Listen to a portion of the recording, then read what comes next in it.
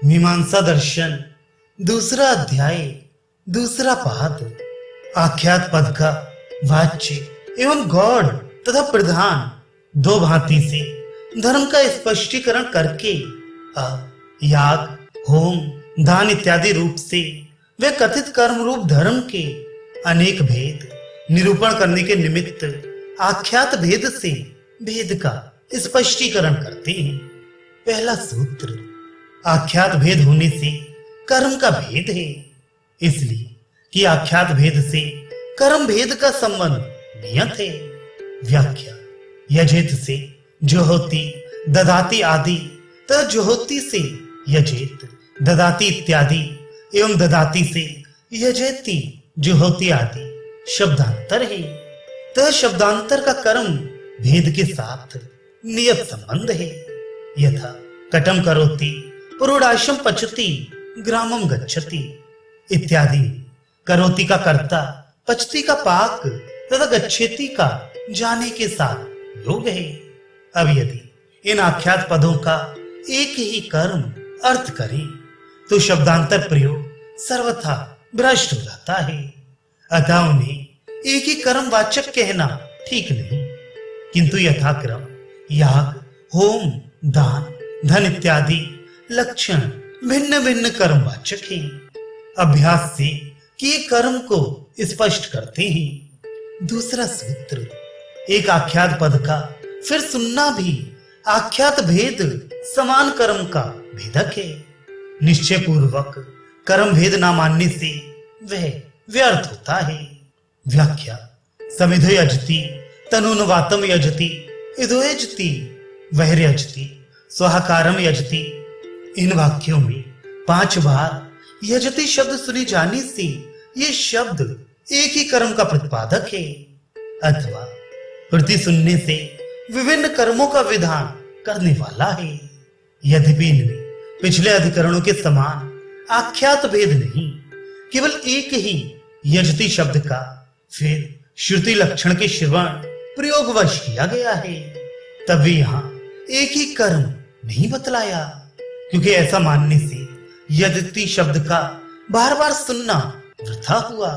और जो श्रवण अथवा अभ्यास की सिद्धि के लिए इसमें जहां 5 बार यजति कहा है, वह आख्यात क्रिया भेद ना होने से भी लक्षण की यथा अनुपत्ति से समिधो यजति आदि वाक्य भिन्न भिन्न कर्म के विधायक है, ना कि एक ही कर्म के।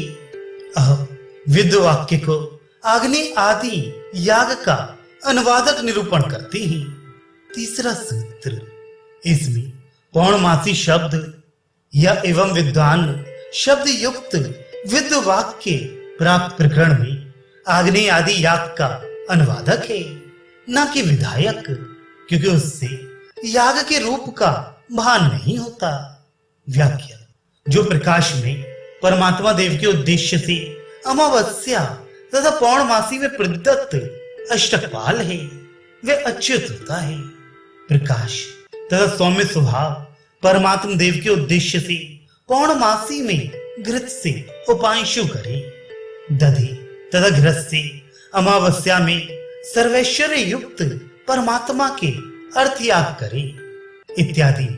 आग्नि, इंद्र ये 3 तो दर्श नाम वाली और अग्नि, उपांशु, याज, अग्निशोमीय ये 3 पूर्णमास संज्ञक अर्थात दर्श और पूर्णमास संज्ञा वाली अग्नि आदि षड्याग को विधान करके या एवं विद्वान पौर्णमासी यजते एवं विद्वान अमावस्या में यजते ये ऐहिक और पारलौकिक सुख को प्राप्त होता है।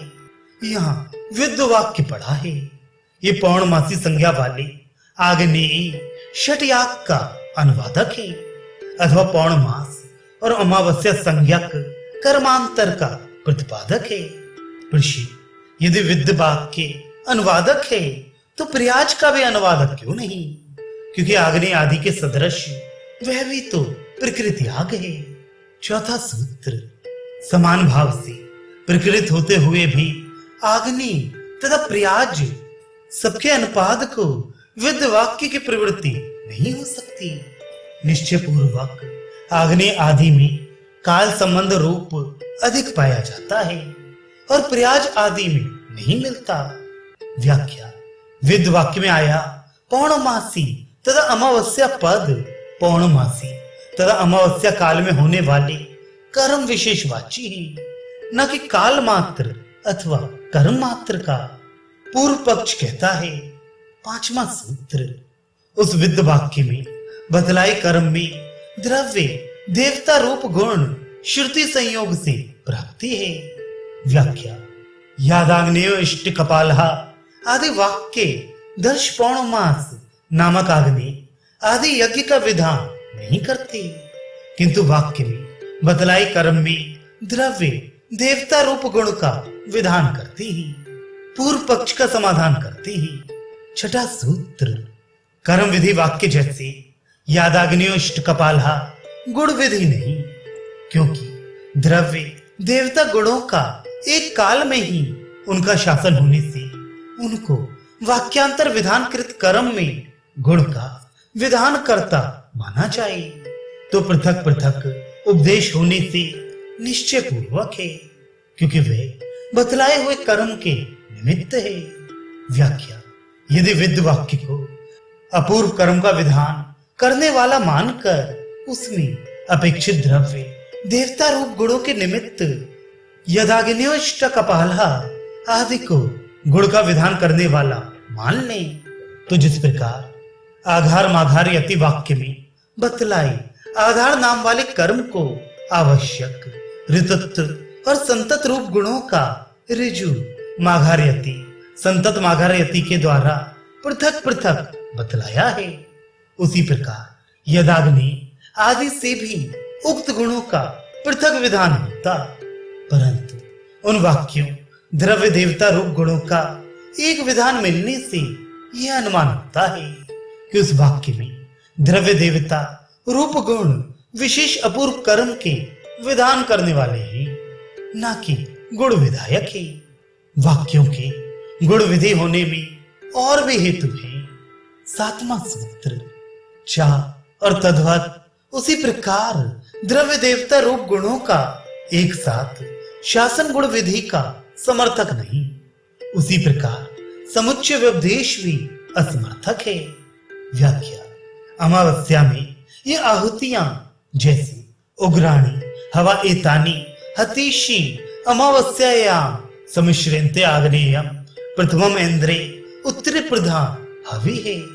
इनमें पूर्व अग्नि परमात्मा और शेष दोनों इंद्र परमात्मा के निमित्त दी जाती है।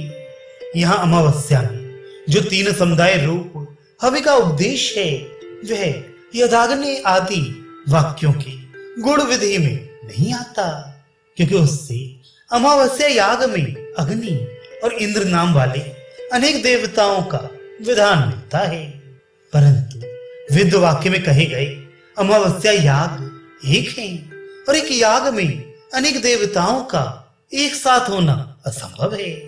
अतः विद वाक्य अनुवादक ही माना गया है। इस अर्थ में और हेतु देते हैं।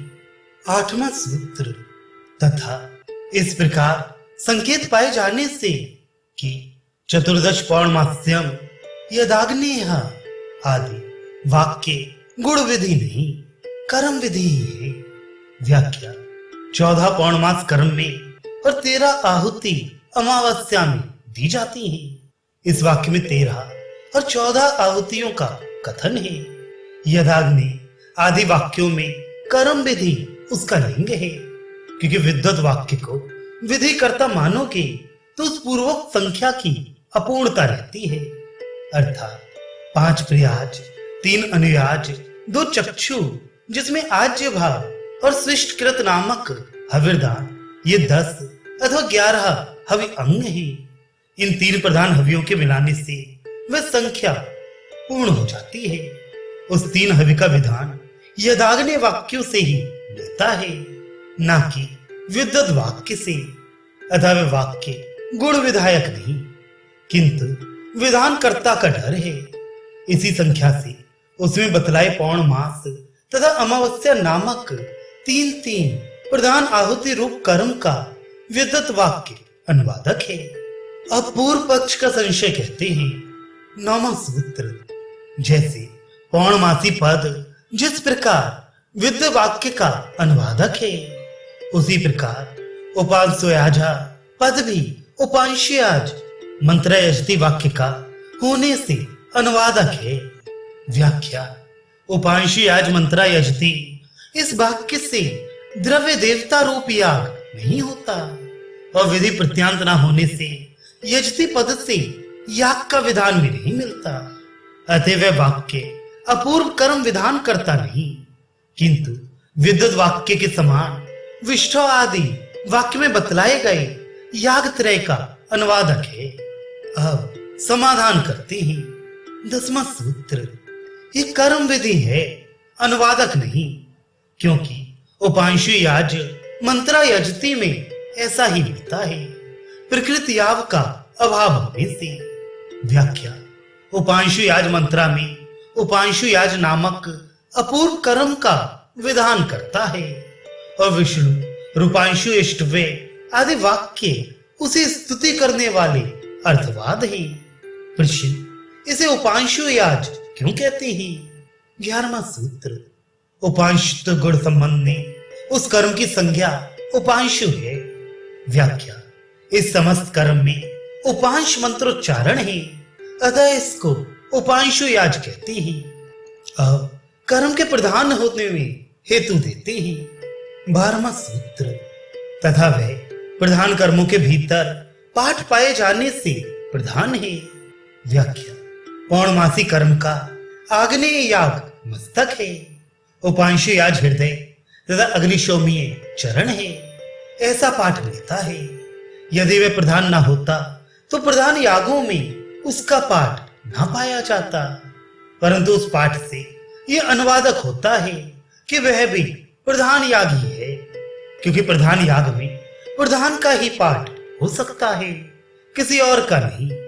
अतः उपांशु याज मंत्रा यजति वाक्य उपांशु याजु नामक प्रधान भूत याग का विधान करता है, न कि अनुवादक। आधार वाक्य और अग्निहोत्र वाक्य को अपूर्व कर्म विधान करता होने का निरूपण करते हैं। 13वां सूत्र, आधार और अग्निहोत्र वाक्य अनुवादक है, इसलिए कि उनसे याग स्वरूप की प्राप्ति नहीं होती। व्याख्या, आधार संज्ञक कर्म करे, ऊंची तथा सीधी धारा से आदि वाक्य में अग्निहोत्र वाक्य दधे आदि बतलाए हुए कर्म का आधार वाक्य ऊंचे आदि विधान किए वाक्य का अनुवादक है, अथवा अग्निहोत्र वाक्य तथा आधार वाक्य का अपूर्व कर्म एवं दधे आदि और ऊंचे वाक्य उसके अपेक्षित गुणों का विधान करता है। अतः ये अग्निहोत्र वाक्य तथा आधार वाक्य से याग के स्वरूप की प्राप्ति नहीं होती। अतः दोनों वाक्य अपूर्व के विधान करता नहीं, किंतु अनुवादक ही है। 14वां सूत्र, वाक्यों से संज्ञा का संबंध मिलता है, अतः वे विधायक नहीं कहे जा सकते। व्याख्या, अग्निहोत्रम जुहोति आधार माधार येति में जो द्वितीयांत शब्द से अग्निहोत्र और आधार की ओर संकेत किया है वह कर्म प्रतीत होती है, परंतु नाम निर्देशक पूर्वक ही सिद्ध कहा जाता है, न कि असिद्ध का। इस नियम से प्रतीत होता है कि अग्निहोत्र तज्ञ आधार नामक कर्म सिद्ध है और अग्निहोत्र वाक्य एवं आधार वाक्य उसके अनुवादक है, न कि विधायक। उस अर्थ में हेतु देते हैं। 15वां सूत्र, तथा प्रकरण में आए वाक्य से भी द्रव्य देवता की उपलब्धि नहीं होती। व्याख्या, अग्निहोत्र वाक्य और आधार वाक्य द्रव्य देवता के द्योतक नहीं, उसी प्रकार वाक्यांतर से भी कुछ प्रतीत नहीं होता और अपूर्व कर्म का स्वरूप द्रव्य तथा देवता माना गया है। वे यदि प्रतीत ना हो तो ऐसे वाक्यों को अपूर्व कर्मों का विधायक नहीं कह सकते, अतः वे विधायक के स्थान पर अनुवादक ही माने जाएंगे। अब पूर्व पक्ष का समाधान करते हैं। 16वां सूत्र, अग्निहोत्र तथा आधार वाक्यों के कर्म विधान कर्ता होने से अनुवादक नहीं, क्योंकि उनका अग्निहोत्र तथा आधार रूप जो उनके समीप श्रुति दधि आदि वाक्य ही गुण विधि है। अब वाक्यों को अपूर्व कर्म का विधान कर्ता कहते हैं। 17वां सूत्र। दो वाक्य सोमने यजेत तथा अग्निशोमियम अपूर्व कर्म के विधान करता है। उनमें द्रव्य का योग पाया जाता है। यदि प्रकरण में पढ़ा हृदय आदि और ऐन्द्रवायव आदि वाक्यों का विधान करता माने, तब सुने हुए द्रव्य का योग व्यर्थ हो जाता है। अतः उसका श्रवण गुण रूप से भी नहीं हो सकता है। अब ध्यानते आदि को संस्कार कर्म का विधान करता होने का निरूपण करते हैं। 18वां सूत्र। तथा अपूर्व कर्म के विधान करता नहीं, किंतु पशु तथा सोम रूप द्रव्य का संस्कार बतलाते हैं। पृष्य सोमेन यजित से एक ही सोम याग की विधि पाई जाती है। अतः एक याग और 10 पात्रों का ग्रहण कैसा। 19वां सूत्र। पात्र भेद से सोम याग की आवृत्ति समझनी चाहिए, क्योंकि पात्र भेद से तथा सोम द्रव्य का भी भेद मिलता है। यदि कर्म वृत्ति ना हो तो वह वेद वृथा हो जाता है, और सोम रूप द्रव्य का अंग से ही ग्रहण की आवृत्ति है। व्याख्या। जिस कर्म को बारंबार किया जाता है उसे अनुष्ठान कहते हैं। अभ्यास और आवृत्ति पर्यायवाची है। अतः आवृत्ति के कारण 10 पात्रों का ग्रहण प्रयोजन के अनुकूल हो जाता है। 20वां सूत्र। पशुबंध रूप संस्कार की यूप भेद होने से भी आवृत्ति नहीं, क्योंकि परार्थ यूप पशु बांधने के निमित्त होने से गौड़ है। अब संख्याकृत कर्म भेद को कहते हैं। 21वां सूत्र।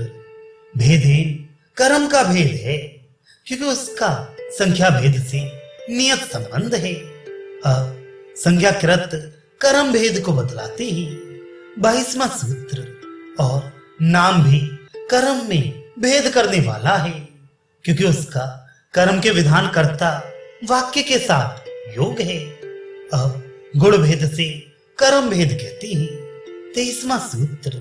तथा प्रकृत देवता के साथ नहा याग होने से गुण एवं कर्म का भेद करने वाला है। पूर्व और उत्तर उभय वाक्य एक से हो जाते हैं। 24वां सूत्र। अपूर्व कर्म का विधायक वाक्य गुण रहित कर्म का विधायक है। उस वाक्य से बतलाए कर्म में वाक्यांतर से कर्म का विधान होता है। अब दधि आदि गुण का फल बतलाते हैं। 25वां सूत्र।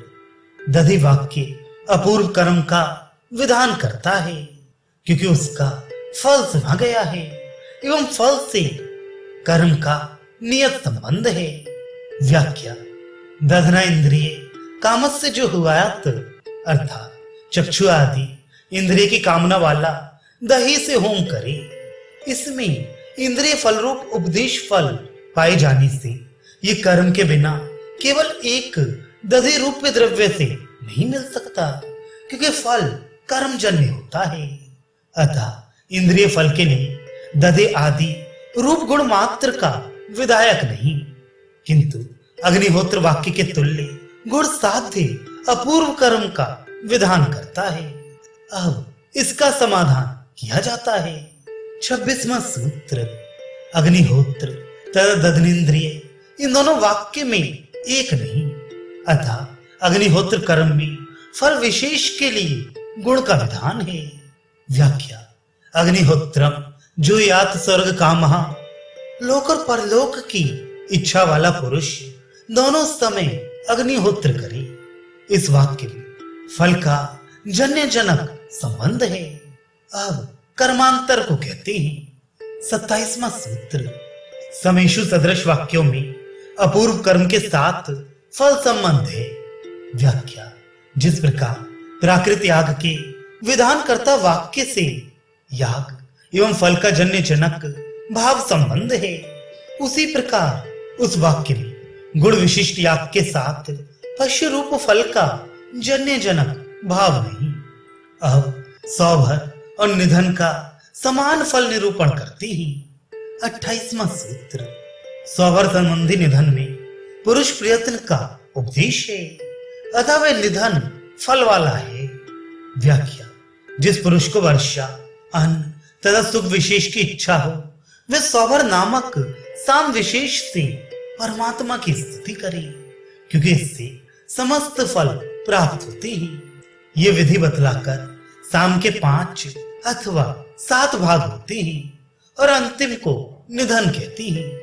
यहाँ पर वृष्टि कामना वाला हीश, अन्न कामना वाला ऊर्ग, सुख विशेष कामना वाला ऊ इसका निधन करे। इन वाक्यों में कुर्यात पद से पुरुष प्रयत्न का उपदेश मिलता है। अब इसका समाधान किया जाता है। 29वां सूत्र। सब साम को वृष्टि आदि फल का हेतुक है, अतः सौभर में फल श्रवण है तथा निधन वाक्य में फल श्रवण व्यवस्था हेतुक है। व्याख्या: संपूर्ण साम से फल सिद्धि होती है अथवा उसके किसी अंश से भी होती है, क्योंकि निधन सौभर साम का एक भाग है। अब ज्योतिषोम यज्ञ का अंग गृह ग्रहण उसके गुण निरूपण करती है।